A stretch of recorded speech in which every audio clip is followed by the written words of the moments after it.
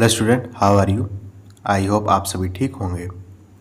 तो बेटा आज हम हमारी जो सीरीज़ चल रही है मिशन 3000 उसके अंदर फिज़िक्स में चैप्टर नंबर 1 है जो क्लास 10 का फोर्स, उसी चैप्टर में एमसीक्यू का सेकेंड पार्ट लेके आए हैं। ठीक है बेटा, इस वीडियो को देखने से पहले आप ये मेक श्योर कर लें कि आप इसका आप इसका पार्ट 1 देख के आएँ। यानी फोर्स का जो एमसीक्यू है उसका पार्ट 1 आप देख के आएँ, आपको तभी बेहतर तरीके से चीज़ें समझ में आएंगी। ठीक है, आपको वो वीडियो प्लेलिस्ट में मिल जाएगा या तो आप मेरे चैनल पर जाके देख सकते हैं। ठीक है ना, पार्ट 1 देख लेना, तभी इस वीडियो को कंटिन्यू करना आपके लिए ज़्यादा बेहतर होगा, क्योंकि जो बातें मैं पार्ट 1 में बता चुका हूँ वो यहाँ पे रिपीट नहीं करूँगा, टाइम वेस्ट होगा। ठीक है, चलिए क्वेश्चन नंबर 16 क्या कह रहा है, लिखा है the maximum force required to open a nut by a spanner of length 50 centimetre producing a torque of 50 newton metre. अब देखिए आपको यहाँ पे टॉर्क दिया है, ठीक है, परपेंडिकुलर डिस्टेंस भी दे दिया है 50 सेंटीमीटर, आपसे फोर्स की वैल्यू पूछ रहा है, तो निकाल लेंगे, बहुत आसान क्वेश्चन है। देखो solution, torque tau is equal to होता है, टाउ का मतलब टॉर्क, ठीक है, टॉर्क को हम टाउ से रिप्रेजेंट करते हैं, जो सिंबल नहीं बनाया मैंने इसको टाउ कहते हैं। ये होता है फोर्स इनटू में परपेंडिकुलर डिस्टेंस। ओके बेटा, अच्छा टॉर्क दिया है कितना, 50 न्यूटन मीटर, लिख लीजिए। फोर्स आपको पता करना है, परपेंडिकुलर डिस्टेंस कितना है, 50 सेंटीमीटर है। अब जाहिर सी बात है डिस्टेंस को हम सेंटीमीटर में तो लेंगे नहीं, अगर हम एसआई यूनिट में सारी चीज़ें सॉल्व कर रहे हैं तो सेंटीमीटर को क्या करेंगे, मीटर में कन्वर्ट कर लेंगे, 50 को 100 से डिवाइड कर देंगे। सेंटीमीटर को मीटर में कन्वर्ट करने के लिए 100 से डिवाइड ही तो करेंगे ना, क्लियर है। अब एफ की वैल्यू क्या आ जाएगी, ये मीटर में होगा, ठीक है ना, तो एफ की वैल्यू क्या आ जाएगी, 50 इंटू 100 क्रॉस मल्टीप्लाई किया है, ये वाली 50 को नीचे ले आएंगे, ठीक है, 50 से 50 रिड्यूस हो गया, फोर्स की वैल्यू कितनी आ गई, 100 न्यूटन। समझ में आया, 100 न्यूटन देखो कहाँ मौजूद है, ऑप्शन नंबर बी में, तो ऑप्शन नंबर बी आपका करेक्ट हो जाएगा। ओके बेटा, अच्छे से चलिए नेक्स्ट क्वेश्चन।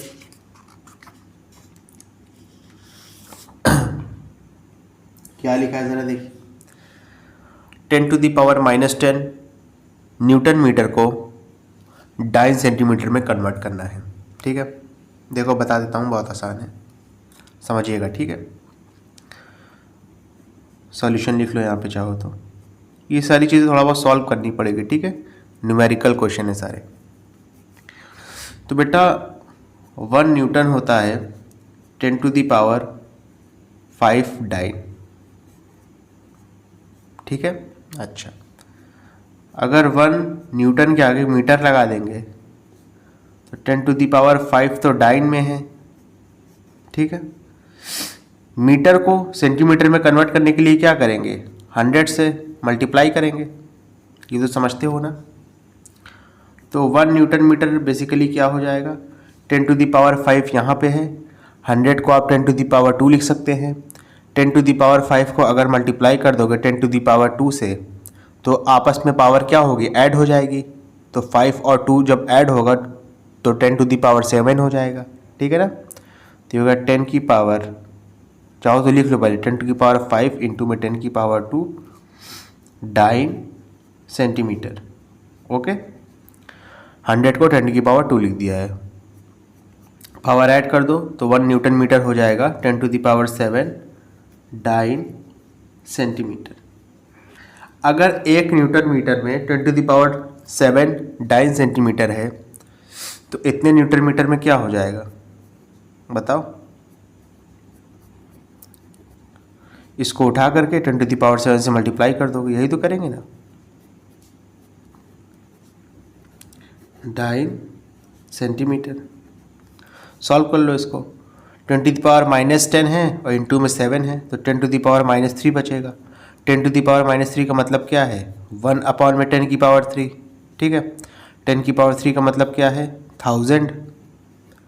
नीचे 3 0 है, पीछे से 3 गिनती के बाद पॉइंट लगा दोगे तो ये हो जाएगा 0.001 सेंटीमीटर। समझ रहे हो ना? अब देखो ये ऑप्शन में मौजूद है, बिल्कुल मौजूद है। ऑप्शन नंबर सी आपका करेक्ट हो गया। ओके, चलिए नेक्स्ट क्वेश्चन। क्वेश्चन नंबर 18 देखो, लिखा है the weight of half metre scale balanced at 5 centimetre mark when a weight of 10 kgf is suspended at one end of its end. Half metre scale है, उसका आपको wait बताना है। तो देख लो आसान क्वेश्चन है, ठीक है। देखो कैसे करेंगे समझना। हाफ मीटर स्केल का मतलब है कि आधे मीटर की स्केल है। तो अगर 1 मीटर को सेंटीमीटर में कन्वर्ट करेंगे तो 100 सेंटीमीटर आएगा, और कह रहा है हाफ मीटर स्केल है यानी 50 सेंटीमीटर की स्केल है। समझ रहे हो ना? तो ये आपका 0 मार्क हो गया, ये आपका 50 सेंटीमीटर का मार्क हो गया। ठीक है, अब देखो जो हाफ मीटर स्केल है इसका जब आप पाइवेट बनाओगे, पाइवेट समझते हो? फल्क्रम यानी एक्सिस ऑफ रोटेशन, तो ये हमेशा इसके सेंटर पे होता है, यानी यहाँ पे। ठीक है ना? एक चीज़ और समझना, यहाँ पे होता तो है लेकिन आपको क्वेश्चन में कहाँ दिया है? 5 सेंटीमीटर के मार्क पे। ठीक है, यानी अगर यहाँ पे मान लो 5 सेंटीमीटर का मार्क है तो पाइवेट आपका यहाँ पे बना है। तो यहाँ पे क्या होगा? यहाँ पे बेटा इसके सेंटर ऑफ ग्रेविटी होगी, लिख लो चाहो तो इसे CG मतलब centre of gravity. Centre of gravity क्या होता है? इसीलिए कह रहा हूँ कि पार्ट 1 देख के आओ, वहाँ सारी चीज़ें बहुत ही ज़्यादा डिटेल में बताई है मैंने। सेंटर ऑफ ग्रेविटी बेसिकली वो पॉइंट होता है किसी भी बॉडी का जहाँ पे हम लेट कर लेते हैं कि बॉडी का पूरा मास लाई कर रहा है। समझ रहे हो अच्छे से? तो यहाँ पे हम सेंटर ऑफ ग्रेविटी पे मान लेते हैं कि इसका मास क्या है? W है। चाहो तो ये वाला एरो हटा दो, कंफ्यूज हो रहा है तो। ये आपका सेंटर ऑफ ग्रेविटी है, यहाँ पे इसका मास मान लिया है W। ठीक है, अच्छा सेंटर ऑफ ग्रेविटी बिल्कुल बीचों बीच होगा, तो ये अगर पूरा 50 सेंटीमीटर का है तो सेंटर ऑफ ग्रेविटी कहाँ पे हो जाएगा बताओ? ये कहाँ पे हो जाएगा? 25 सेंटीमीटर पे हो जाएगा। ठीक है ना? समझ रहे हो? और एक चीज़ कहा है कि इसके एक एंड पे 10 ग्राम फोर्स का वजन लटका हुआ है। ठीक है, तो इधर तो आपका 25 सेंटीमीटर पे आपका तो पूरे स्केल का वेट लाई कर रहा है, तो उसके एक एंड पे कहाँ है? तो जाहिर सी बात है इधर तो ले नहीं सकते हैं, क्योंकि पाइवेट के दोनों साइड ही वज़न होता है। एक साइड आपने पूरे स्केल का वज़न मान लिया है तो दूसरे साइड आपका क्या हो जाएगा? यहाँ पे मान लीजिए आपका वज़न लटका होगा। वज़न कितना है? 10 ग्राम फोर्स का है। समझ रहे हो ना अच्छे से? ओके, तो देख लो बेटा। ठीक है ना? देखो इधर से देख लो, ये आपका इस साइड मूव करेगा क्योंकि पाइवेट तो ये है तो इधर ही जाएगा, और ये आपका इस साइड मूव करेगा।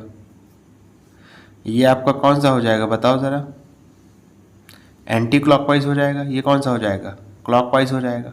तो एंटी क्लॉकवाइज मोमेंट बराबर होता है क्लॉकवाइज मोमेंट के। ठीक है ना? यहाँ पे आप लिखेंगे एंटी क्लॉकवाइज मोमेंट बराबर हो जाएगा क्लॉकवाइज मोमेंट के।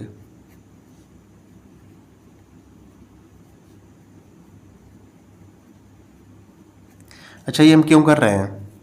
क्योंकि यहाँ पे लिखा है कि आपकी जो हाफ मीटर स्केल है वो बैलेंस पे है। अब बैलेंस बनाना है तो ये दोनों को इक्वल करना पड़ेगा। एंटी क्लॉकवाइज मोमेंट बराबर हो जाएगा क्लॉकवाइज मोमेंट पे। ठीक है, एंटी क्लॉकवाइज मोमेंट का मतलब एंटी क्लॉकवाइज टॉर्क। टॉर्क क्या होता है? Force into displacement. फोर्स कितना है? 10 ग्राम फोर्स का। एफ की वैल्यू कितनी है? 10 GF। परपेंडिकुलर डिस्टेंस कितना होगा यहाँ से लेके यहाँ तक? तो यहाँ पे 0 सेंटीमीटर, यहाँ पे 5 सेंटीमीटर है, तो इन दोनों के बीच का डिस्टेंस कितना हो जाएगा? 5 सेंटीमीटर हो जाएगा। क्लॉकवाइज मोमेंट W की वजह से होगा। अच्छा, इसका वेट तो हमको पता नहीं है, डब्लू का वेट कह लो, फोर्स कह लो, ठीक है। सेंटर ऑफ ग्रेविटी पे क्या फोर्स एक्ट कर रहा है वो तो हमको पता नहीं, तो उसको आप डब्लू ही मान लेंगे। डिस्प्लेसमेंट पता है यहाँ से लेके यहाँ तक का, ये 5 सेंटीमीटर है, ये 25 सेंटीमीटर है, दोनों के बीच का डिस्टेंस कितना हो जाएगा, 20 सेंटीमीटर होगा, ठीक है।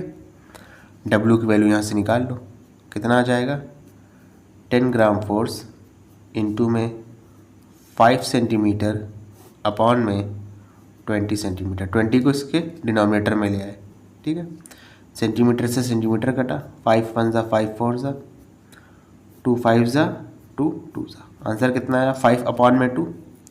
तो वेट कितना आ जाएगा आपका, इस पूरे हाफ मीटर स्केल का वेट कितना आ जाएगा, 5 अपॉन में 2 आया है, 5 को 2 से डिवाइड करेंगे तो आ जाएगा 2.5 ग्राम फोर्स।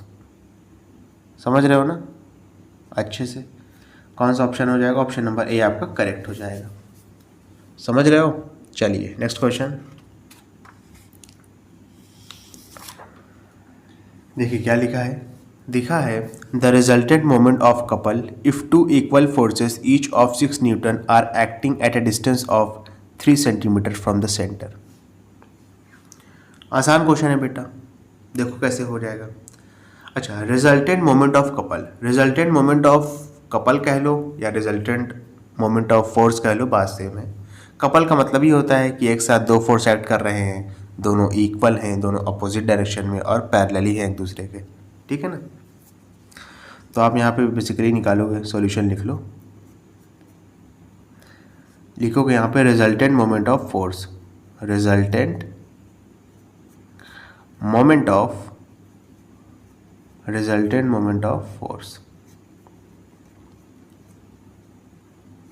ठीक है। देखो दो फोर्स हैं, दोनों का मैग्नीट्यूड 6 न्यूटन का है, 6 इंटू में, समझ रहे हो ना। अच्छा, अब एक चीज़ ये है बेटा, इसको आप दो तरीके से निकाल सकते हो, या तो दोनों को अलग अलग निकाल लो, दोनों को जोड़ दो, ऐसे कर सकते हो, या तो मैंने जो आपको बताया था, ठीक है, मोमेंट ऑफ फोर्स का, मोमेंट ऑफ फोर्स नहीं, मोमेंट ऑफ कपल लिखो यहाँ पे, कि मोमेंट ऑफ कपल निकालना हो आपको अगर डायरेक्ट, ठीक है, अगर मोमेंट ऑफ कपल निकालना हो या यहाँ पे रिजल्टेंट मोमेंट ऑफ कपल का हो तो फोर्स इंटू में कपल आर्म कह देते हैं। और कपल आर्म कैसे आएगा, सेंटर के दोनों साइड 3-3 सेंटीमीटर पे आपके फोर्स एक्ट कर रहे हैं, तो सेंटर यानी कुछ ऐसा समझो, कुछ ऐसा दिया हुआ है, ये जैसे मान लो आपका सेंटर है तो 3 सेंटीमीटर, ठीक है, यहाँ पे आपका एक फोर्स एक्ट कर रहा है और यहाँ पे आपका एक फोर्स एक्ट कर रहा है, एक ऊपर की साइड होगा, एक नीचे की साइड होगा, इसका डिस्टेंस 3 सेंटीमीटर है और इसका डिस्टेंस भी कितना है, 3 सेंटीमीटर है। तो अगर कपल आर्म की बात करेंगे यानी दो फोर्स के बीच का डिस्टेंस, तो ये कितना हो जाएगा मिला के 6 सेंटीमीटर हो जाएगा। समझ रहे हो ना। तो रिजल्टेंट मोमेंट ऑफ कपल क्या हो जाएगा, 6 न्यूटन लिखेंगे, ये आपका फोर्स है, इनटू में, ठीक है ना, इनटू में क्या हो जाएगा कपल आर्म, यहाँ पे चाहो लिख लो, ये क्या हो जाएगा कपल आर्म, ठीक है। तो 6 इंटू में कपल आर्म कितना हो जाएगा यहाँ 6 सेंटीमीटर, सेंटीमीटर को मीटर में कन्वर्ट करेंगे तो अपॉन में 100 कर देंगे, ठीक है। 6 6 36 अपॉन में 100 हो जाएगा, नीचे 2 जीरो है, पीछे से 2 गिनती के बाद पॉइंट लग जाएगा, तो आंसर आएगा 0.36। अब देख लो, ये 6 आपका फोर्स है, फोर्स होता है न्यूटन में, ये 6 सेंटीमीटर आपका क्या था, डिस्टेंस था, सेंटीमीटर तो रहा नहीं है, 100 से डिवाइड कर दिया तो मीटर बन गया, यानी न्यूटन मीटर आ गया आपका। अब जाहिर सी बात है, मोमेंट ऑफ कपल या टॉर्क कह लो, उसका यूनिट क्या होता है, न्यूटन मीटर होता है। आंसर कितना आ गया 0.36 न्यूटन मीटर, यानी आपका ऑप्शन नंबर डी करेक्ट हो गया। एक तरीका तो ये है, दूसरा तरीका ये था कि 6 इंटू में 3 सेंटीमीटर कर दे प्लस में, क्योंकि यहाँ पे दो फोर्स की बात हो रही थी, एक फोर्स का आपका टॉर्क ये हो जाता, दूसरे फोर्स का भी इसी तरीके से हो जाता, ठीक है। तो 6 इंटू में सेंटीमीटर को मीटर में कन्वर्ट कर लेते तो 3/100 प्लस में, तो ये हो जाता आपका 6 इंटू में 3/100, ये हो जाता 18/100 प्लस में 6 3 18 अपॉन में 100, फिर इसको सॉल्व कर लो आगे। 18 अपॉन में 100 तो ये हो जाता है 0.18, प्लस में ये भी हो जाता है 0.18, प्लस कर देते आंसर कितना आता है 0.36 न्यूटन मीटर। समझ रहे हो? जो तरीका आपको अच्छा लगे वैसे कर लो, लेकिन मेरे ख्याल से पहला वाला ज़्यादा आसान और सीधा सीधा है तरीका है। ठीक है, चलिए नेक्स्ट क्वेश्चन।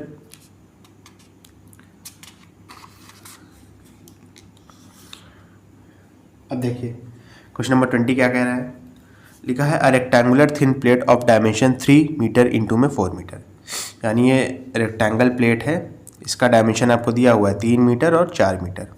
यानी ये छोटी वाली साइड 3 मीटर की हो गई, ये बड़ी वाली साइड कितनी हो गई 4 मीटर की हो गई। ये 4 मीटर की है, ये कितने की है 3 मीटर की है। आपसे क्या पूछ रहा है, is balanced on the fulcrum, यानी ये आपका फलक्रम है ये, यानी एक्सिस ऑफ रोटेशन या पाइवेट कह लो। लिखा है find the resultant moment of force. Resultant moment of force पता लगाने को कह रहा है, निकाल लेंगे, देखो कैसे निकालेंगे। रिजल्टेंट, ठीक है, moment of force. Resultant moment of force कैसे निकालते हैं बेटा, जो इन दोनों में से जिसका बड़ा टॉर्क होगा उसमें से माइनस कर देंगे जिसका छोटा टॉर्क होगा। अब देखो बड़ा टॉर्क किसका होगा, टॉर्क का फॉर्मूला होता है फोर्स इनटू में परपेंडिकुलर डिस्टेंस। फोर्स आपका 6 न्यूटन दिया है, ये जिस आर्म पे अप्लाई हो रहा है उसका परपेंडिकुलर डिस्टेंस कितना है फलक्रम से, कितना है बताओ, 4 मीटर का है। तो 6 इंटू 4 करेंगे तो 24 आ जाएगा। ठीक है, अब देखो 5 न्यूटन जिस आर्म पे अप्लाई हो रहा है उसका परपेंडिकुलर डिस्टेंस कितना है फलक्रम से, 3 मीटर। इसको मल्टीप्लाई करेंगे तो ये 15 आ जाएगा। कौन सा बड़ा है, इसका टॉर्क बड़ा होगा या इसका टॉर्क बड़ा होगा। अब जाहिर सी बात है 6 4 24, 5 3 15, तो 24 वाला टॉर्क जो है ज़्यादा बड़ा है 24 नैनोमीटर का। बस 24 यानी 6 इंटू 4 किया, माइनस कर दिया इसमें से 5 इंटू 3, 6 इंटू 4 कितना आएगा 24, माइनस में 5 3 15, आंसर कितना आ गया 9 नैनोमीटर। अच्छा, जिसकी वैल्यू बड़ी है उसका डायरेक्शन भी डोमिनेट करेगा। ये वाला कौन से डायरेक्शन में है, यानी अगर इस पर अप्लाई करेंगे तो ये कुछ ऐसे जाएगा। जाहिर सी बात इस पर अगर अप्लाई करोगे इस पॉइंट पर तो ये कुछ ऐसे जाएगा ना, ऐसे, यानी इस डायरेक्शन में। यानी ये कौन सा डायरेक्शन हो गया, क्लॉकवाइज हो गया। अगर इधर करते तो ये कुछ ऐसे जाता, यानी अगर ये वाला टॉर्क बड़ा होता तो ये एंटी क्लॉकवाइज में जाता। फिलहाल ये वाला बड़ा है तो ये क्लॉकवाइज में जाएगा। समझ रहे हो ना अच्छे से। ऑप्शन नंबर ए आपका करेक्ट हो गया। चलिए नेक्स्ट क्वेश्चन, समझ रहे हो ना। चलो क्या लिखा है, a pole vaulter during Tokyo Olympics used a 2.5 metre long rod. अच्छा, ये पोल वॉल्टर जो है ये वाला स्पोर्ट जानते हो कि नहीं।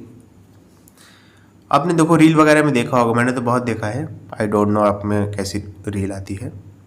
आप डालोगे ना यूट्यूब पे पोल वॉल्टर तो ओलंपिक की कोई ना कोई वीडियो आ जाएंगे। क्या पता अभी जो ओलंपिक पेरिस में हुआ था उसी की आ जाए। लंबा से डंडा होता है, उसको लेके दौड़ता है एथलीट।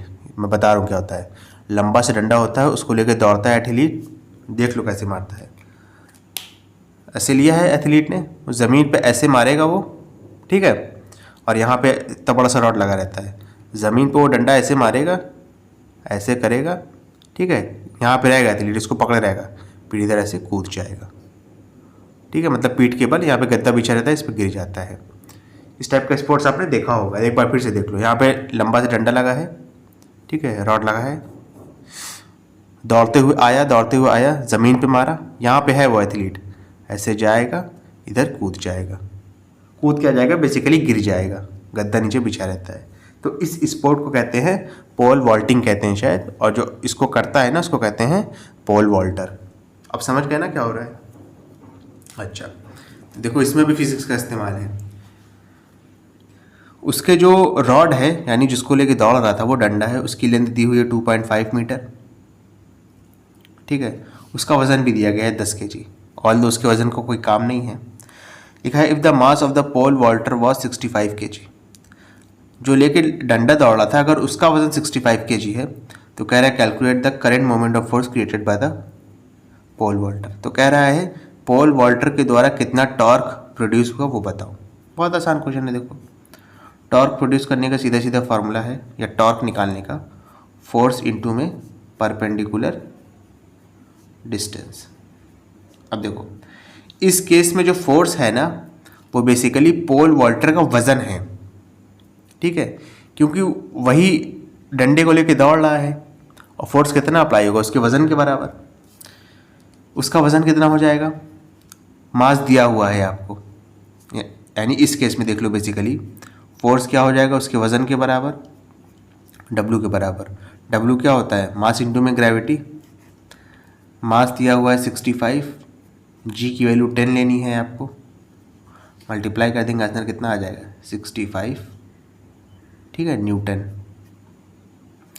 तो ये रख दो आप 65 इंटू में परपेंडिकुलर डिस्टेंस कितना दिया है बताइए ज़रा, परपेंडिकुलर डिस्टेंस कितना दिया है 2.5 दिया है ना, 2.5 मल्टीप्लाई कर लो, आंसर आ जाएगा। समझ रहे हो कि नहीं? ओके,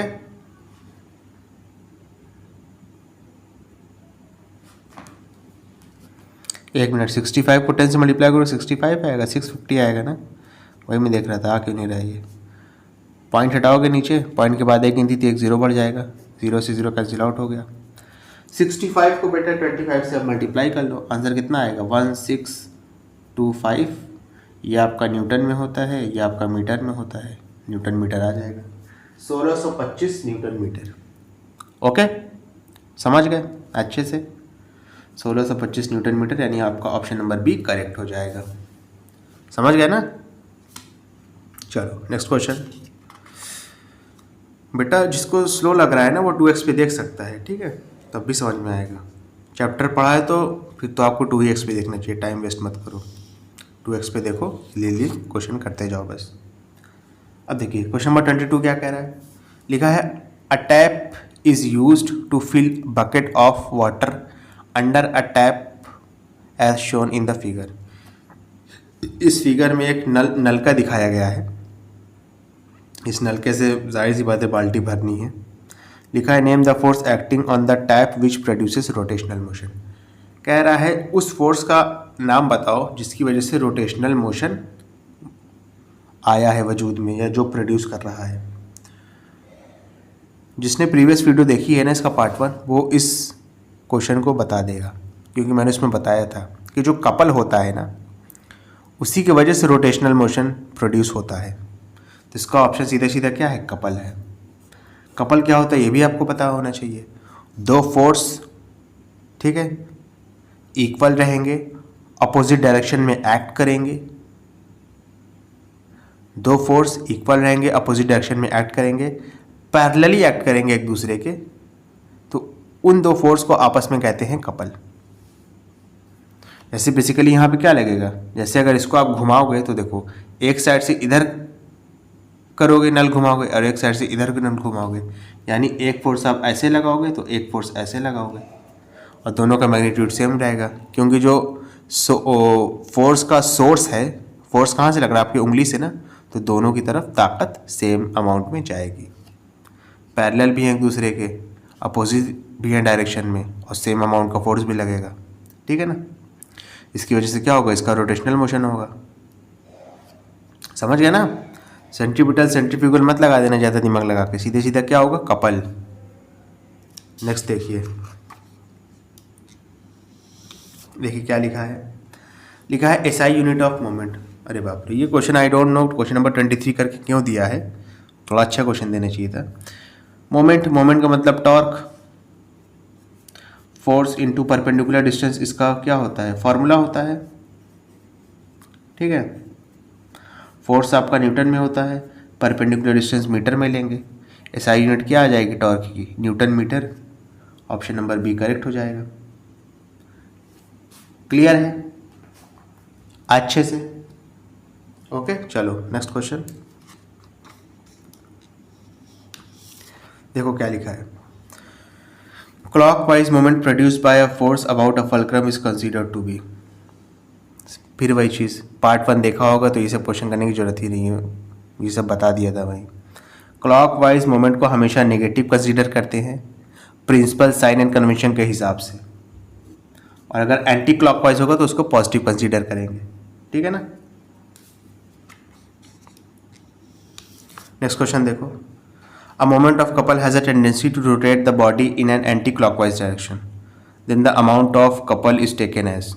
देख रहे हो, इस बार एंटी क्लॉकवाइज डायरेक्शन में है, तो एंटी क्लॉकवाइज डायरेक्शन को मैंने अभी बताया था, एंटी क्लॉकवाइज डायरेक्शन को हम पॉजिटिव कंसीडर करते हैं, तो पॉजिटिव लिख लो, यानी लगा दो पॉजिटिव पे, ऑप्शन नंबर ए पे। क्लियर है अच्छे से? ओके, चलिए इसके बाद देखेंगे। अच्छा बेटा, इसके बाद देखिएगा, अब आपका सबसे इंपॉर्टेंट है assertion and reason type question. ठीक है, इसको पढ़ते हैं, करते हैं। लिखा है use the following code for answering the following question, यानी इन कोड का इस्तेमाल करना है। ए कोड क्या कह रहा है, both assertion and reason are true, यानी असर्शन होगा रीजन होगा दोनों ट्रू है। Both assertion and reason are false, assertion reason दोनों फॉल्स है। Assertion is false but reason is true, यानी असर्शन फॉल्स है और रीजन ट्रू है। फॉल्स ट्रू समझते हो ना, फॉल्स का मतलब गलत, ट्रू का मतलब सही। असर्शन ट्रू है और रीजन फॉल्स है, यानी अच्छा कोड में आंसर देना है। ठीक है, ABCD करके पहला अपना असर्शन रीजन का क्वेश्चन देखते हैं। इस टाइप के क्वेश्चन एग्जाम में आते हैं, देख लो। लिखा है in uniform circular motion the particle has some acceleration. Uniform circular motion में पार्टिकल के पास कुछ एक्सेलरेशन होता है, तो बेटा ये बिल्कुल बकवास बात है।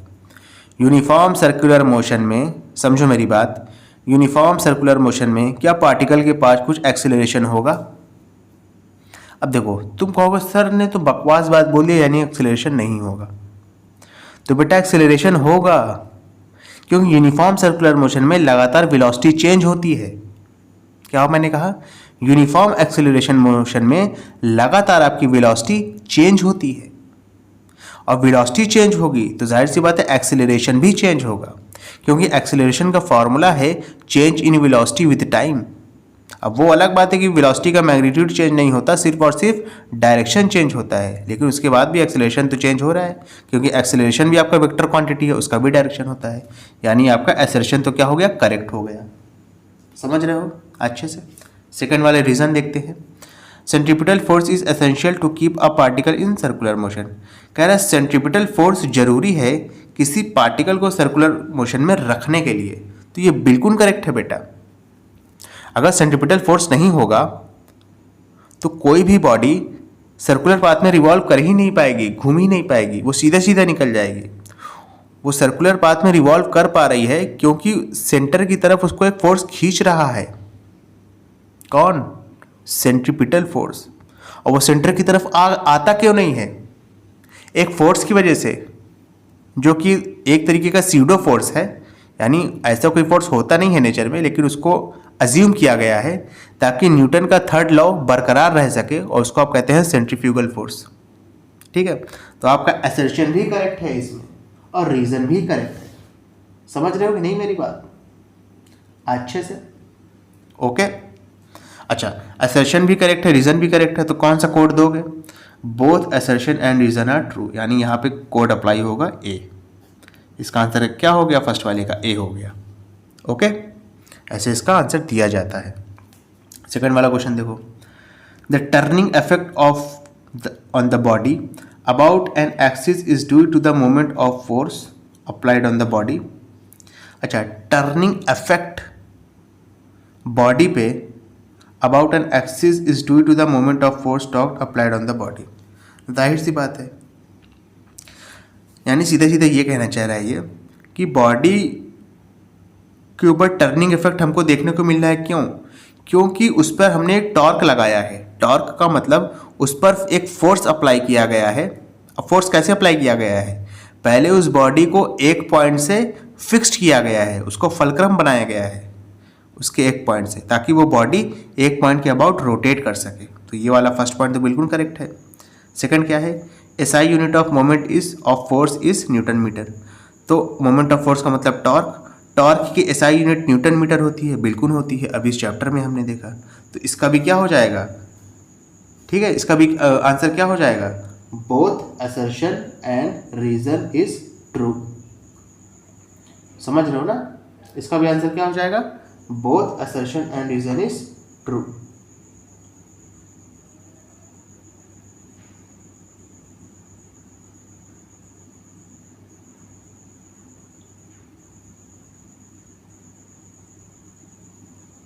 समझ रहे हो ना? कुछ चीजें मैं देख रहा था, देखो आप फिर से बताता हूँ, कंफ्यूज मत होना। लिखा है the turning effect on the body about an axis is due to the moment of force और torque applied on the body. यानी इसका कहने का मतलब क्या है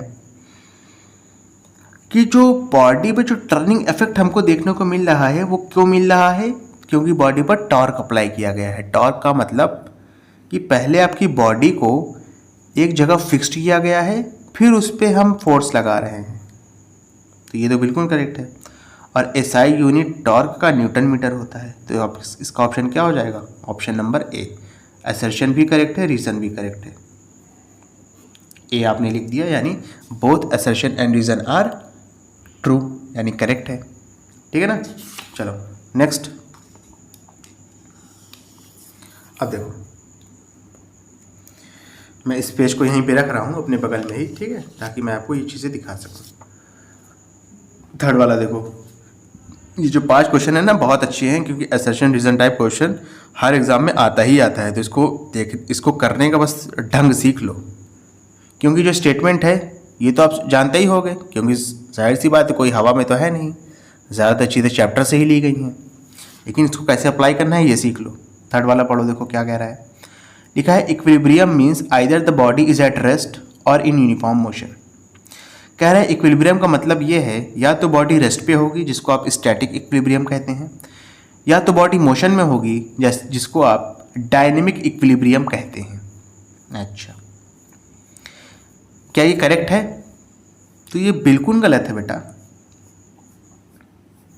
ठीक है, इक्विलिब्रियम का मतलब ये होता है, समझो पहले बात, इक्विलिब्रियम का मतलब ये होता है कि अगर बॉडी रेस्ट पे है तो वो रेस्ट पे रहे, बॉडी अगर मोशन में है तो मोशन पे रहे। कब? जब उस पर आप बाहर से फोर्सेस अप्लाई करो और वो फोर्सेस एक दूसरे को कैंसिल आउट कर दें तब। ठीक है, लेकिन यहाँ पे क्या कहा गया है, थोड़ा सा इसको भी समझो। यहाँ पे क्या कहा गया है, यहाँ पे बेसिकली आपको इक्विलिब्रियम की 2 टाइप बताई गई है कि या तो इक्विलिब्रियम स्टैटिक होगा या तो इक्विलिब्रियम डायनेमिक होगा। तो ये बिल्कुल सही है। ठीक है, मुझे लगा इक्विलिब्रियम की कंडीशन बता रहा है, इक्विलिब्रियम की कंडीशन नहीं बता रहा है। इक्विलिब्रियम के 2 टाइप बता रहा है कि इक्विलिब्रियम रेस्ट पे भी हो सकता है, जिसको आप स्टैटिक इक्विलिब्रियम कहोगे। इक्विलिब्रियम मोशन में भी हो सकता है, जिसको आप डायनेमिक इक्विलिब्रियम कहोगे। तो ये तो बिल्कुल करेक्ट है, यानी असर्शन तो आपका करेक्ट हो गया।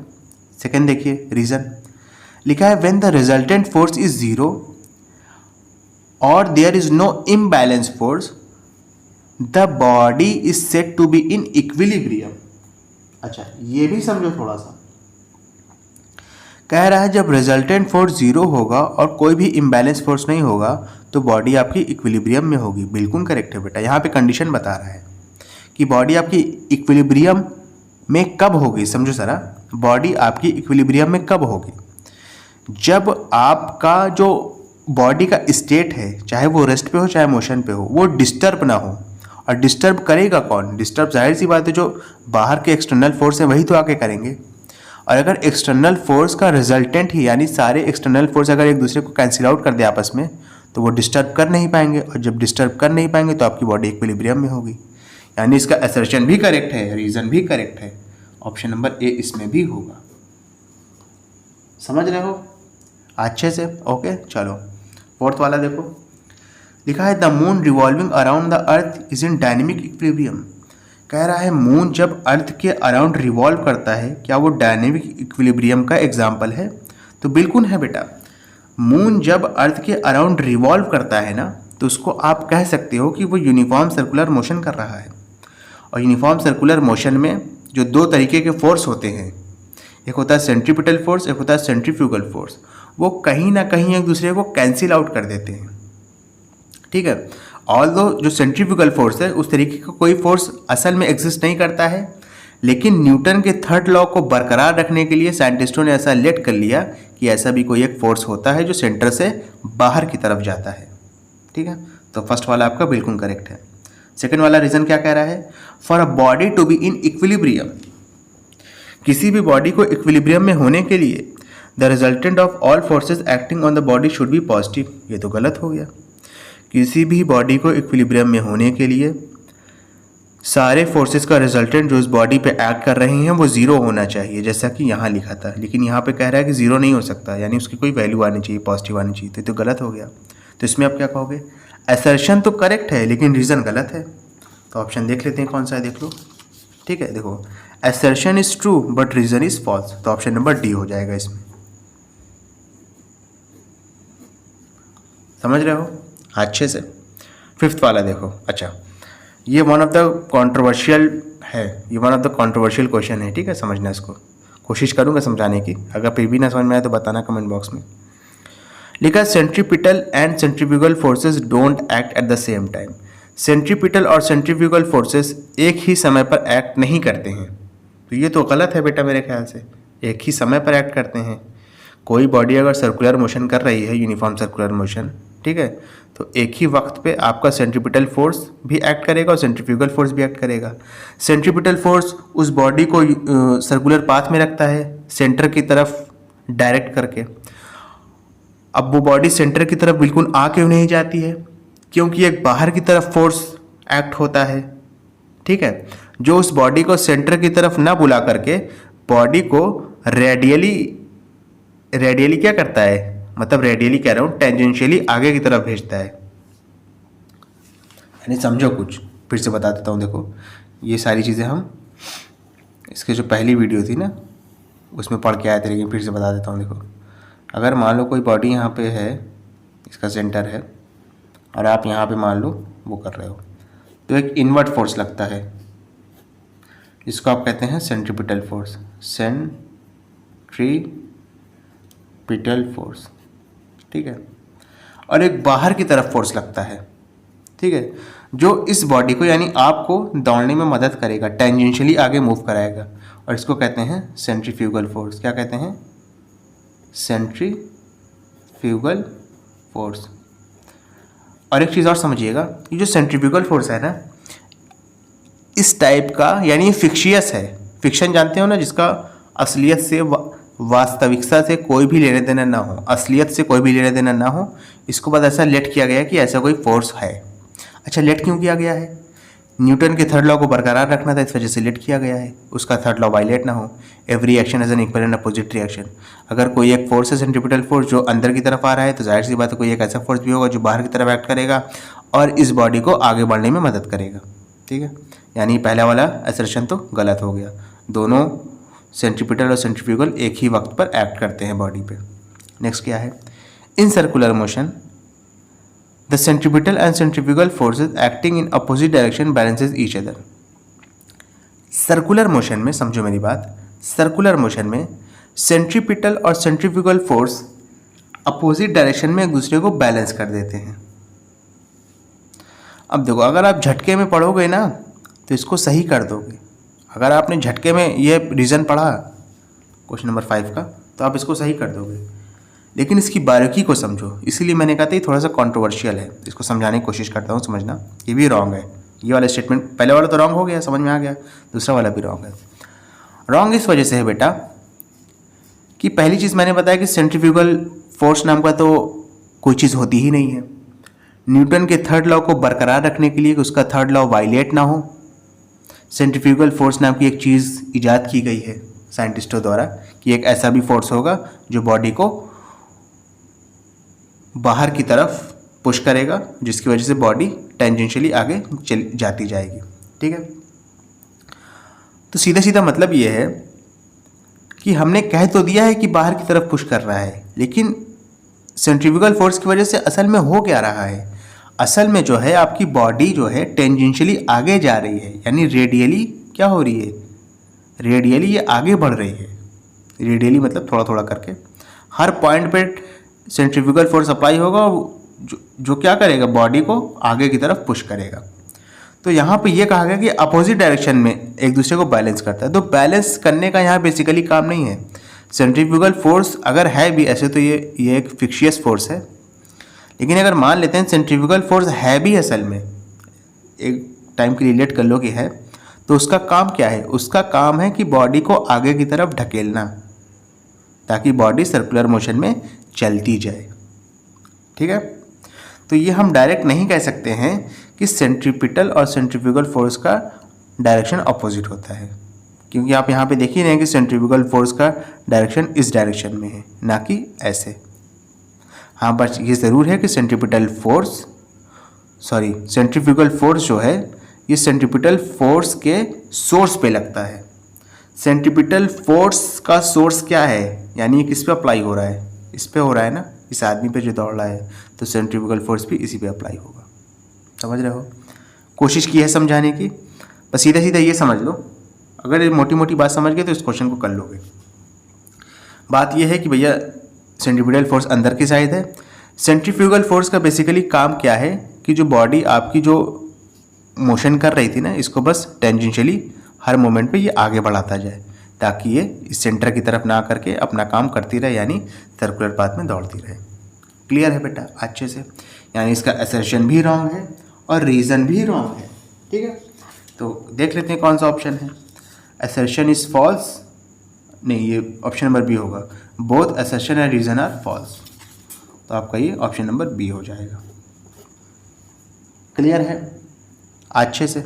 ओके स्टूडेंट, कोशिश की गई है, ठीक है, कि आपके लिए वीडियो बनाया जाए, बनाए भी है। बाकी आप बताइएगा कमेंट में कैसी है, और अगर पसंद आई हो तो लाइक कमेंट सब्सक्राइब कर दीजिएगा चैनल को।